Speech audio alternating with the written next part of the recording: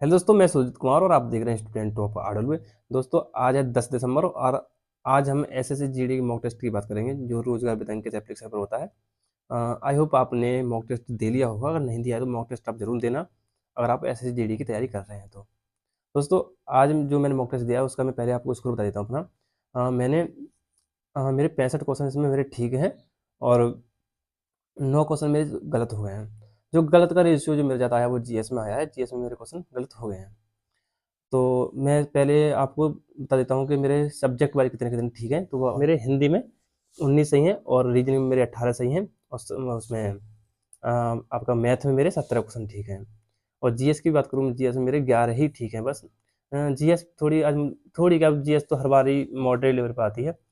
इसमें कुछ नृत्य वगैरह जो अजीब-सी दे रखे थे वो मेरे समझ में नहीं आ रहे थे, तो गलत भी हो गए हैं, तो उसका नहीं। अब एनालिसिस करेंगे उसका तो जब आंसर खुल जाएँगे तो पता चल जाएगा कौन सा किस वजह से गलत हुआ है। और लेवल की मैं बात करूँ, लेवल हिंदी का जो लेवल था, आपका हिंदी का इजी लेवल था। इजी लेवल तो उन स्टूडेंट के लिए ही है जो हिंदी भाषी राज्यों से हैं। जैसे आप उत्तर प्रदेश, बिहार, राजस्थान इन राज्यों से हैं तो आपको हिंदी जो है इजी लगी होगी। और अदर स्टेट से हैं, जैसे आप महाराष्ट्र और वेस्ट बंगाल, असम, मणिपुर, मतलब इन राज्यों से हैं तो हिंदी में आपको थोड़ी बहुत प्रॉब्लम आई होगी और आ भी रही होगी हिंदी में, क्योंकि आप की बोलचाल भाषा जो है वो भी हिंदी नहीं है, तो आपके अपने-अपने हिसाब से लैंग्वेज है, तो आपको दिक्कत हो रही होगी हिंदी में। और आप किस राज्य से हैं आप कमेंट बॉक्स में ज़रूर बता देना और अपना स्कोर कितना आ रहा है आपका और आज के मॉक टेस्ट में कितना था, ये भी बता देना। देखो, मॉक टेस्ट में स्कोर मेंटेन करना ही बहुत बड़ी बात है, ठीक है? अब ये नहीं है कि आपके आज 62 आ गए और इससे पहले मॉक टेस्ट में आपके 55-56 ही थे, तो वो चीज़ नहीं है, क्योंकि आप जो मॉक टेस्ट का स्कोर मेंटेन कर लोगे, आपको तभी मान के चलिए आपकी तैयारी तभी अच्छी चल रही है और ये सब चीज़ हो पाएगी आपके मॉक टेस्ट के एनालिसिस की वजह से। आप मॉक टेस्ट का एनालिसिस ज़रूर कीजिएगा। जब आप मॉक टेस्ट दे देते हैं तो उसके बाद में उसका जब अंकित भाटी सर जब उसका एनालिसिस करा देते हैं, तब उसके आंसर खुल जाते हैं। तब आप अपनी कमियों को देखिए, आपकी क्या गलतियाँ हुई हैं और कौन से क्वेश्चन ऐसे थे जो आपने स्किप कर दिए थे। तो ये चीज़ सब पहचानिए आप, तभी आपका स्कोर मेंटेन होगा, बढ़ जाएगा। और साथ ही में अब रीजनिंग की बात करूँ, रीजनिंग का लेवल ईज़ी था, रीजनिंग भी ठीक थी, मतलब करने लायक थी। अगर आप एक अच्छी तैयारी कर चुके हैं रीजनिंग में और प्रैक्टिस आपकी अच्छी है और आप वो काफ़ी लंबे समय से तैयारी कर रहे हैं, तो रीजनिंग में आपने आराम से बना दिया क्वेश्चन। रीजनिंग ईज़ी थी। रीजनिंग में हो सकता है 20 भी थे, 20 भी करने लायक थी, लेकिन मेरे जो है 18 सही हैं रीजनिंग में, 2 क्वेश्चन मेरे गलत हो गए हैं। वो किस वजह से हुए हैं, कौन से गलत हुए हैं, अभी पता नहीं है, क्योंकि अभी आंसर जो है उसके नहीं खुले हैं। आंसर जब खुल जाएँगे तभी पता चलेगा उसका, ठीक है? तो मैथ की मैं बात करूँ, मैथ मैथ तो मॉडरेट लेवल पे था। मैथ कैलकुलेशन ज़्यादा थी मैथ में। मुझे कैलकुलेशन ज़्यादा लगी, आपको कैसा लगा था वो आप बता देना। मैथ मुझे कैलकुलेशन ज़्यादा थी, मॉडरेट ही बोलूँगा मैं तो।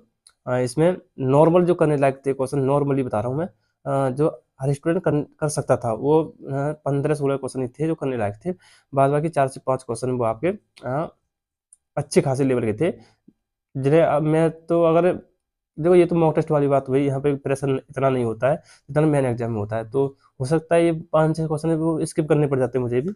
तो मेन एग्जाम का अलग प्रोसेस है वहाँ का, क्योंकि वहाँ पे मेंटल प्रेशर ज़्यादा रहता है। यहाँ पे नहीं, घर पे आप मॉक टेस्ट दे रहे हैं तो वो आप नॉर्मली दे रहे हैं, आपको कोई कंपटीशन नहीं आपके लिए लग रहा है। वहाँ पे आप दोगे तो बहुत सारे स्टूडेंट के साथ दोगे और आपको एक प्रेशर भी लगेगा और लगता है ना? तो ये चीज़ें होती हैं। और जीएस तो मॉडरेट लेवल पे थी और जीएस में 11 ही सही है मेरे तो। और आपका कितना था जीएस? जीएस में आपका क्या चल रहा है प्रोसेस, आप ज़रूर बताना। और ओवरऑल मॉक टेस्ट की बात करूँ मैं, मॉक टेस्ट पूरा जो था आज का, हम ईज़ी टू मॉडरेट बोलेंगे। ईज़ी तो हिंदी और रीजनिंग की वजह से है, लेकिन मॉडरेट मैथ और जीएस की वजह से मॉडरेट है ये, ठीक है? तो इतना स्कोर था।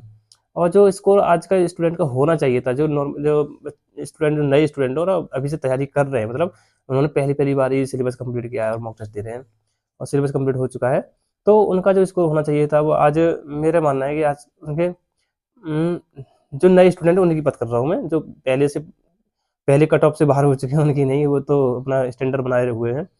तो उनका जो स्कोर होना चाहिए वो 55 प्लस तो होना चाहिए था आज के मॉक टेस्ट में, ठीक है? क्योंकि आपका हिंदी और रीजनिंग स्कोरिंग सब्जेक्ट थे दोनों और दोनों ईज़ी पूछे गए थे, तो इतना स्कोर होना चाहिए था।